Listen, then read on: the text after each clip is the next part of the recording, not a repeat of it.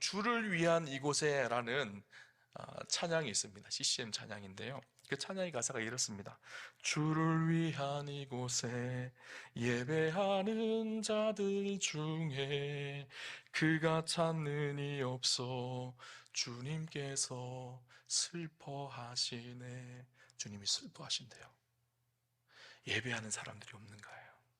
아니, 예배의 자리에 많은 사람들이 이렇게 앉아있지만 진짜 전심으로 주님을 찾고 예배하는 사람이 없어서 주님이 슬퍼하신다는 거예요.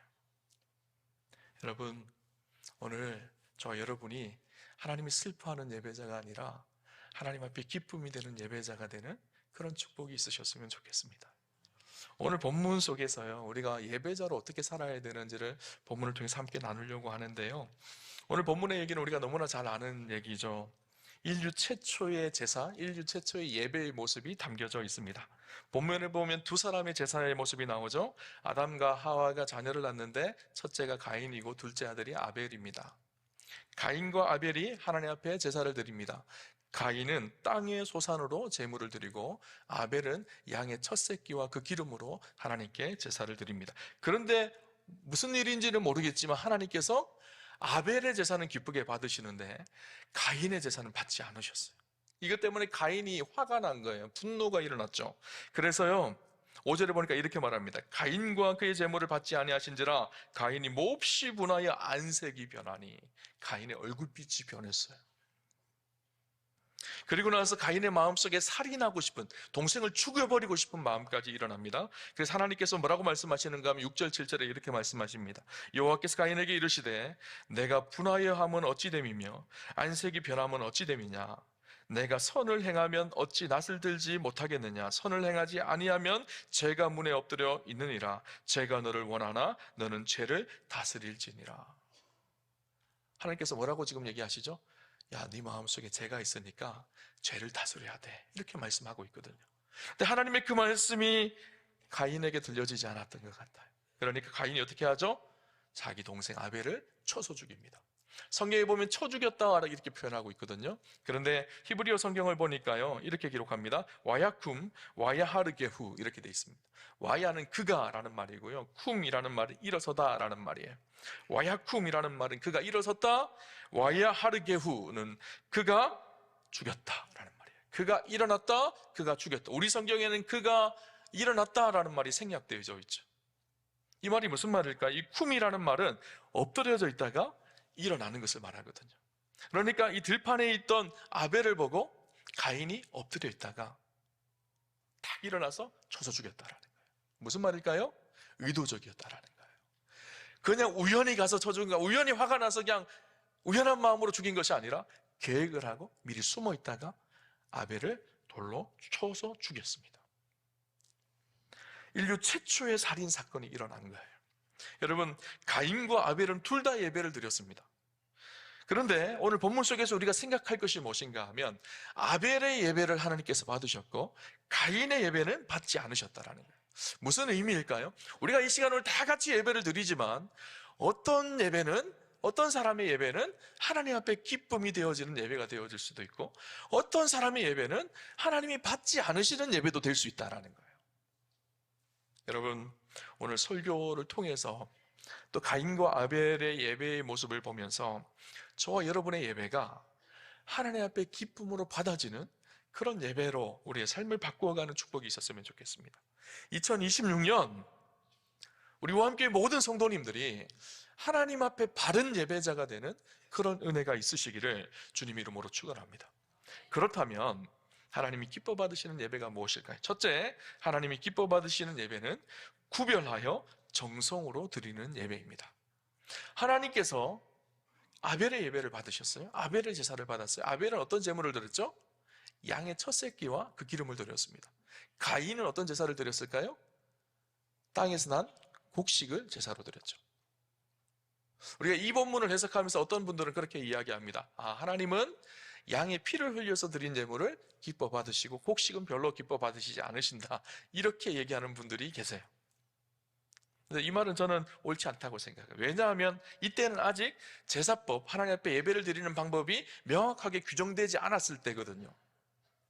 그리고 심지어 레위기의 제사법 중에서는 소제라는 제사가 있습니다. 이 소제라는 제사는 어떤 제사인가 하면 곡식으로만 드리는 제사예요. 그렇다면 가인이 드려지는 곡식도 하나님께서 기뻐 받으실 수 있는 제사라는 거예요. 하나님은요, 양도 기뻐 받으시지만 곡식도 기뻐 받으시는 분이 하나님이세요. 그러면 도대체 뭐가 가인의 제사의 문제였을까요? 오늘 본문을 볼까요? 미묘한 차이점이 오늘 본문 속에 나오는데요, 3절 4절을 한번 보도록 하겠습니다. 3절 4절에 이렇게 얘기합니다. 세월이 지난 후에 가인은 땅의 소산으로 제물을 삼아 여호와께 드렸고 아벨은 자기도 양의 첫 새끼와 그 기름으로 드렸으니. 여러분, 가인은요 땅의 소산으로 제물을 드렸습니다. 가인은 농사하는 사람이었기 때문에 땅에서 거둔 것을 하나님 앞에 드렸다라는 거예요. 그런데 아벨은 양을 치는 사람이었기 때문에 양을 드렸는데 어떤 양을 드렸다고요? 양의 첫 새끼와 그 기름으로 드렸다라는 거예요. 무슨 말일까요? 수많은 양들이 있는데 수많은 양들 중에 아무거나 딱 이렇게 드린 것이 아니라 그 중에서 첫 새끼라는 말은요, 가장 귀하고 가장 좋은 고기를 가지고 있는 양이라는 거거든요. 그리고 그 기름이라고 말합니다. 이 기름이라는 말이 헬레브라는 단어인데 살찌고 기름지고 아름다운, 양의 첫 새끼들 중에서 살찌고 기름지고 가장 아름다운 첫 새끼, 가장 으뜸이 되는 제물을 선별하여서 구별하여서 그렇게 하나님께 드렸다라는 거예요. 그래서 다른 번역본에 보면 이렇게도 번역합니다. 그의 가장 좋은 어린 양들로부터 얻은 고기의 기름진 조각들을 하나님께 드렸다, 이렇게도 번역을 합니다. 그러니까 아벨이 드린 첫 새끼와 그 기름은요, 아벨이 고르고 골라서 가장 좋은 것으로 하나님 앞에 드렸다라는 거예요. 가인은요 땅의 소산으로 드렸는데 그냥 형식적으로 의무적으로 매번 해오던 것처럼 그렇게 했다라는 거예요. 하나님께서 어떤 제사를 더 기뻐 받으실까요? 히브리서 기자는 그래서 이렇게 얘기합니다. 히브리서 11장 4절에 보면 믿음으로 아벨은 가인보다 더 나은 제사를 하나님께 드림으로 의로운 자라 하시는 증거를 얻었으니, 하나님께서 보시기에 더 나은 제사를 아벨이 드렸다라는 거예요. 그것도 믿음으로 드렸다라는 거예요.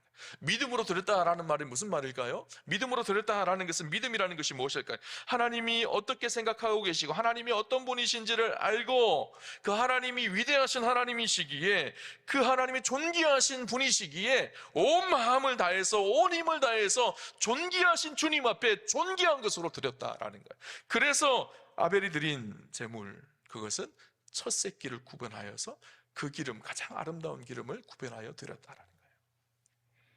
여러분, 하나님이 기뻐 받으시는 예배는요, 우리의 예배에 정성이 있는 예배입니다. 우리의 모든 것을 구별하여서 하나님이 원하시는 예배로 드리는 것이죠. 오늘 우리의 예배는 정성이 있나요? 우리가 드리는 헌금에 정성을 다하시나요? 헌금의 많고 적음을 이야기하는 것이 아니에요. 우리가 작은 것이지만 과부의 두랩돌이지만 마음이 담겨져 있는 것, 정성이 담겨져 있는 것. 오늘 우리가 예배드리는 시간에 정성이 담겨져 있나요? 오늘 우리가 예배드리는 우리의 마음을 세상과 구별하여서 정결한 마음으로 이 시간 나와서 정성을 다해서 예배를 드리나요? 제가 말씀을 준비하면서 제가 어렸을 때 기억이 났어요. 저희 어머니가 가끔씩 그러셨거든요. 새돈이 들어오면, 연초가 되면 새돈이 생기잖아요. 새돈이라는 게 빳빳하게 금방 발행되어진 새돈. 그래서 그 새돈이 들어오면요 항상 챙겨두셨어요. 이것은 헌금할 거예요, 헌금할 거. 같은 1,000원짜리더라도요 새돈이 있고 헌천돈이 있잖아요. 금액의 차이, 가치의 차이는 없습니다. 그런데 이왕 하나님께 드릴 거 잘 구분하여서 깨끗한 걸로 빳빳한 새돈으로 그렇게 드리고 싶은 마음이 있었어요. 저한테 그러셔서 새 옷을 사면 주일날 제일 먼저 교회에 입고 갔으면 좋겠다라고 말씀하세요. 이왕 예배 드릴 거 헌옷 입지 말고 하나님 앞에 가장 깨끗한 모습으로 구별하여서 그렇게 예배 드리기를 원하셨던 것이죠. 여러분, 우리가 신앙생활 할 때 우리의 과거의 믿음의 선배들은 그랬다고 해요. 하나님 앞에 드릴 헌금이 구겨져 있으면 이것을 탁 펴서 물을 뿌리고 그 위에 다리미로 싹싹 다려서 깨끗하게 펴서 그렇게 하나님 앞에 헌금을 드렸대요. 왜 그랬을까요? 구분하는 것이거든요. 정성을 다하는 것이거든요. 하나님께서 그것을 기뻐 받으실 것입니다. 그 마음을 기뻐 받으실 것입니다. 여러분, 기억할 것이 있어요. 예배는요 보는 것이 아니라 드리는 것입니다. 많은 사람들이 예배를 본다라고 생각을 합니다. 그렇기 때문에 대충 보고 가면 되지 이렇게 생각을 합니다. 근데 예배는요, 보는 것이 아니라 드리는 거예요. 물론 예배를 볼 때 하나님 주시는 은혜도 있습니다. 그럼 우리는 받는 것만 생각하죠. 사실은 우리가 제대로 하나님 앞에 드리면 하나님께서 우리에게 은혜를 주시는 거예요. 여러분, 우리가 예배를 보는 것이 아니라 예배를 드리는 축복이 있었으면 좋겠어요. 우리는 말로라도 예배 보러 간다 이렇게 안 했으면 좋겠어요. 예배를 하나님 앞에 드리러 가는 거예요. 그죠? 어느 교회에서 이런 일이 있었습니다. 교회 예배를 마치고 차를 타고 한 가정에서 집에 돌아오는데 아버지가 운전을 하고 아내가 옆에 타고 자녀들이 뒤에 있었어요. 아버지가 운전을 하고 가면서 투덜투덜합니다. 아유, 오늘 예배 은혜가 하나도 안 되는 것 같아. 아유, 목사님은 설교를 왜 이렇게 못해? 설교 준비 좀 하시지. 아니, 성가대는 왜 이렇게 불협화음이야? 아니, 장로님 기도는 왜 이렇게 긴 거야? 투덜투덜하면서 오늘 은혜를 하나도 못 받았어. 이렇게 하면서 갔어요. 그래서 뒤에 있던 아들이 그렇게 얘기합니다. 아빠의 짜증내는 소리가 듣기 싫은 거예요. 아빠, 뭘 그렇게 기대하세요? 1,000원 내고 본 예배가 뭐가 재미있겠어요? 어젯밤에 우리 10,000원 내고 본 영화는 재미있었잖아요. 예배 드리면서 뒤에 아버지가 헌금을 준비 안 하고 와서 막 주섬주섬 찾다가 1,000원짜리 구겨진 1,000원짜리 헌금함에 넣는 것을 본 거예요, 아들이. 여러분, 예배는요, 보는 것이 아니에요. 아들도 그렇고 아버지도 그렇고 보는 것이 아니에요. 예배는요, 드리는 것입니다. 키에르케고르가요, 예배자를 아주 재미있는 표현으로 비유를 했어요. 예배는 보는 자가 있고 드리는 자가 있다라는 거예요. 여러분, 연극에는 관객이 있고 배우가 있죠. 관객은 보는 자이고 배우는 드리는 자거든요. 예배도 마찬가지입니다. 예배를 보는 자가 있고 드리는 자가 있어요. 그러면 우리는 관객일까요? 배우일까요? 목사님은 좀 배우인 것 같고, 앉아 계신 여러분은 관객이신가요? 아니에요. 우리 모두는 다 배우예요. 예배 드리는 이 모습을 누가 보고 계시죠?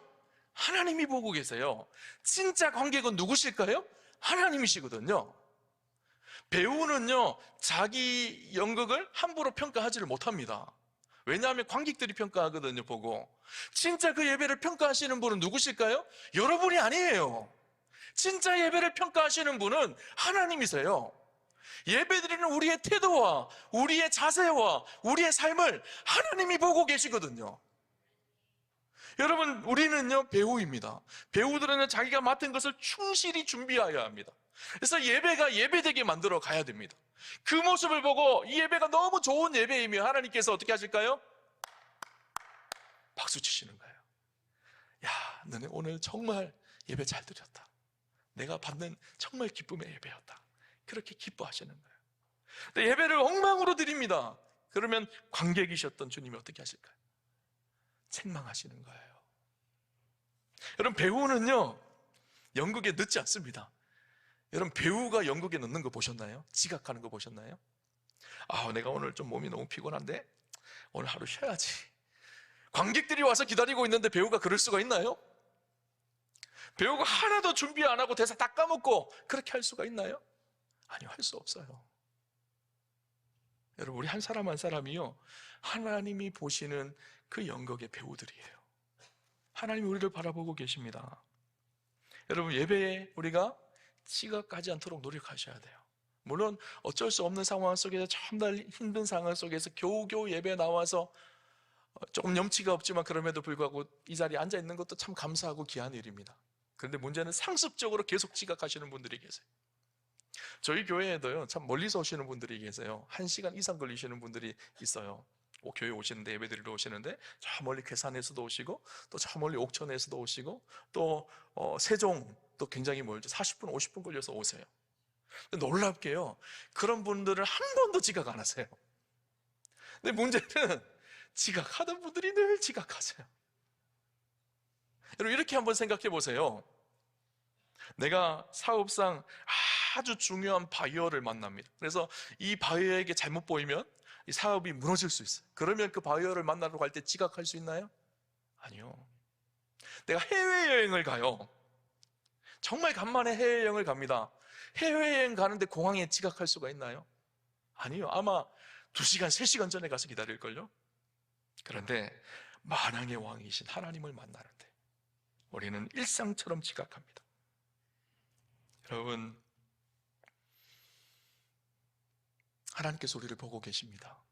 그리고 정성으로 마음을 다하여 드리는 예배를 하나님께서 기뻐하십니다. 하나님은 아무 예배가 아니라 구별된 예배, 정성이 담겨진 예배를 기뻐 받으십니다. 두 번째, 오늘 말씀을 통해서 우리가 알 수 있는 하나님이 기뻐하시는 예배는요, 자기 자신을 드리는 예배입니다. 오늘 4절 5절을 볼까요? 이렇게 말합니다. 아벨은 자기도 양의 첫 새끼와 그 기름으로 드렸더니 여호와께서 아벨과 그의 제물은 받으셨으나 가인과 그의 제물은 받지 아니하신지라 가인이 몹시 분하여 안색이 변하니. 어떻게 기록하고 있죠? 아벨과 아벨의 제물을 받으셨어요. 가인과 가인의 제물을 받지 않으셨어요. 무슨 말일까요? 아벨의 제물을 받기 전에 무엇을 먼저 받았다고요? 아벨을 먼저 받으셨다라는 거예요. 가인의 제물을 받기 전에 가인을 먼저 받으셨다라는 거예요. 무슨 말일까요? 아벨의 삶, 예배자로 살아왔던 아벨의 진실함을 하나님께서 먼저 기뻐 받으셨고, 그 아벨이 드린 제물이 하나님 앞에 기쁨이 되어졌어요. 하나님을 떠나서 욕심과 욕망으로 살았던, 하나님 없이 살았던 가인의 삶을 받지 않으셨고 그의 제물도 받지 않으셨다라는 거예요. 여러분, 예배자는, 하나님이 받으시는 예배자, 하나님이 기뻐하시는 예배자의 모습은 제물보다 제물을 드리는 사람을 원하시는 거예요. 이사야 1장에 보면요, 하나님께서 이스라엘 백성들이 무수한 제물을 가지고 주님 앞에 나옵니다. 근데 주님이, 하나님이 그 제물 받지 않겠다고 하세요. 성경에 뭐라고 기록하는가 하면요, 이렇게 말합니다. 이사야 1장 11절 12절 말씀입니다. 여호와께서 말씀하시되 너희의 무수한 제물이 내게 무엇이 유익하냐?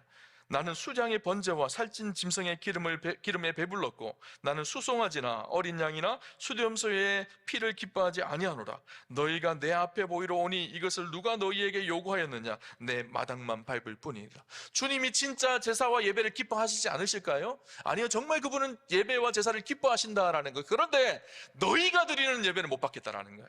무슨 일일까요?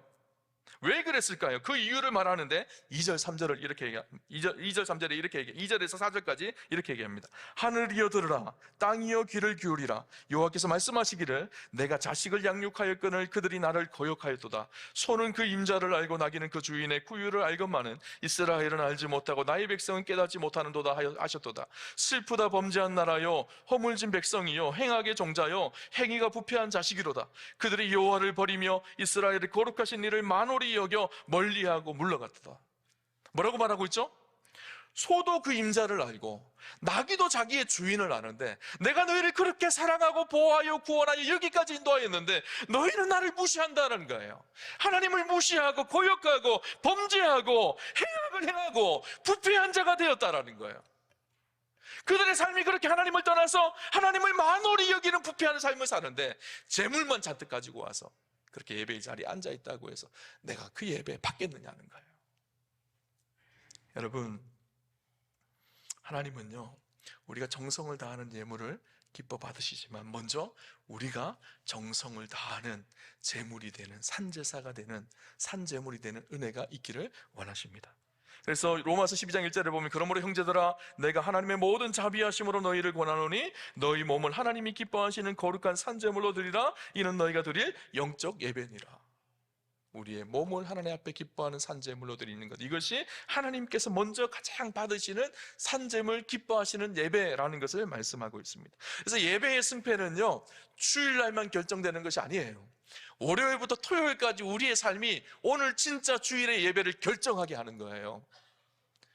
월요일부터 토요일까지 악한 세상 속에서 악에 물들고 세상의 정욕을 쫓아서 따라가고 성적으로 음란하고 분노와 이 미움이 가득하여서 맨날 싸우고 다투고 분쟁하고 욕망과 욕심을 쫓아서 그렇게 살다가 주일날 양복 입고 와서 이 자리에 앉아 있는다고 해서 그것이 하나님 앞에 온전한 예배가 되지 않는다라는 거예요. 말라기의 표현을 빌리면요, 나는 그런 예배 받을 수 없다라는 거예요. 너희의 행위가 혐오스럽구나, 그렇게 말씀하세요. 하나님의 이중적인 그 모습이요, 혐오스럽다라는 거예요. 여러분, 가인을 한번 생각해 볼까요? 가인이 무엇이 문제였을까요? 5절을 볼까요? 가인과 그의 제물은 받지 아니하신지라 가인이 몹시 분하여 안색이 변하니. 여러분, 하나님께서 가인의 제물을 받지 않으셨어요? 그러면 가인의 태도가 어때야 될까요? 화내야 될까요? 선하신 하나님께서 나의 예배를 받지 않으셨다. 그러면 내 예배에 무엇이 문제인지를 봐야 될 거 아니에요, 그죠? 그리고 하나님 앞에 문제된 것을 회개하고 돌이키고 어떻게 하면 나의 예배가 하나님 앞에 정말 기쁨이 되는 예배인지를 분별하고 내 삶을 변화시키셔서 신학시켜서 진실한 예배를 드려야 돼요. 그런데 뭐라고 얘기하고 있죠? 하나님께서요, 이 가인을 보고 책망까지 하십니다. 뭐라고 책망하시는가 하면 7절에 내가 선을 행하면 어찌 낯을 들지 못하겠느냐, 선을 행하지 아니하면 죄가 문에 엎드려 있느니라. 죄가 너를 원하나 너는 죄를 다스릴지니라. 죄가 너를 삼키려고 하고 있다라는 거예요. 그래서 죄를 다스리라는 거예요. 근데 너는 지금 죄가 너를 다스리고 있다라는 거예요. 그러니까 이 죄를 이겨내라는 거예요. 그렇게 하나님께서 직접적으로 말씀하셨어요. 직접적으로 말씀하셨으면 어떨까요? 그 말씀에 찔림이 있어서 자기의 삶을 다스리고 자기의 삶의 태도를 바꿔야 합니다. 근데 8절에 뭐라고 있죠? 가인이 그의 아우 아벨에게 말하고 그들이 들에 있을 때 가인이 그의 아우 아벨을 쳐 죽이니라. 하나님께서 그렇게 말씀하셨는데도 그 말씀이 전혀 가인의 삶 속에 작동되지 않는 거예요. 하나님이 이쪽으로 말씀하셨으면 이쪽으로 흘러버리는 거예요.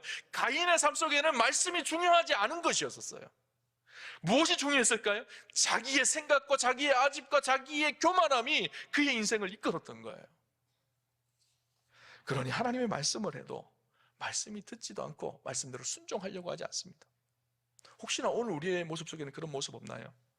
주일에 선포되어지는 말씀이 우리의 마음을 찌를 때가 있잖아요. 그런데 말씀은 말씀이고 내 삶은 내 삶이에요. 나는 여전히 그냥 고집스럽게 내 마음대로 살래. 가인의 모습이거든요, 그게. 놀랍게도요, 사도 요한은 요한 1서에 가인이 마귀에게 속한 자라고 표현하고 있습니다. 요한 1서 3장 12절을 보면 가인같이 하지 말라. 그는 악한 자에게 속하여 그 아우를 죽였으니. 그는 악한 자에게, 사탄에게 속하여서 그 아우를 죽였다. 그의 일생 속에서는 마귀에게 늘 붙들려서 음란과 악함과 교만함과 이런 것으로 가득했습니다. 분노와 미움이 가득했습니다. 그러니까 하나님께서 가인에 드려지는 그 예배를 받으실 수 있으셨을까요? 없으셨을까요? 하나님께서 못 받으신 거예요. 여러분, 예배는요, 오늘 이 시간만 드려지는 것이 아닙니다. 우리의 일상 월요일부터 토요일까지의 삶이 있고 그 삶의 모습을 가지고 와서 주일날 예배 드리는 거예요.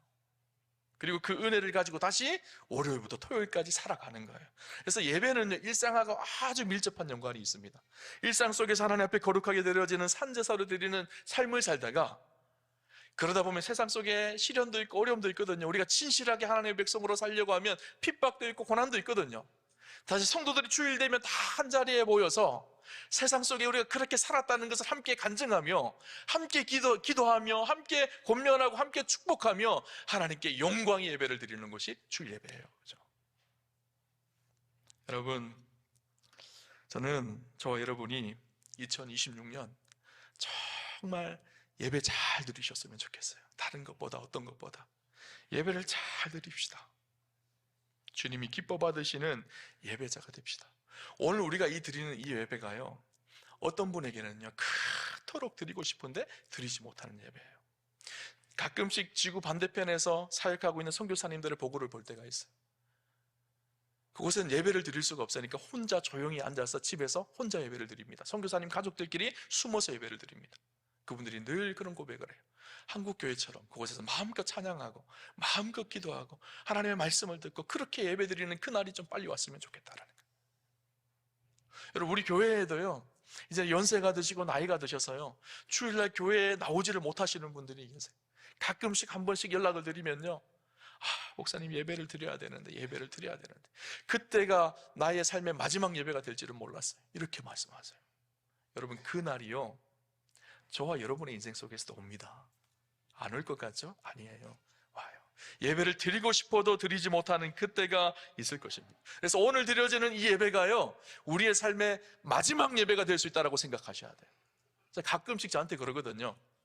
설교 준비하는 것이 느슨해지고 또 하나님 앞에 예배 드리는 것이 느슨해지면 오늘의 설교가 나의 마지막 설교가 되겠구나 생각을 하고 강당 위에 올라옵니다. 그러면요 옷깃을 여미게 되어져요. 대충 할 수 없구나. 누군가가 내가 듣는 설교가 인생의 마지막 설교가 될 수 있겠구나. 정말 신중해집니다. 여러분 오늘 예배 드리고요, 여러분 주님 만나실 수도 있어요. 그러면 우리의 마지막 예배를 주님이 어떻게 보셨을지 평가하실 거예요. 여러분, 저 여러분의 인생이요 참된 예배자가 되는 은혜와 있었으면 좋겠습니다.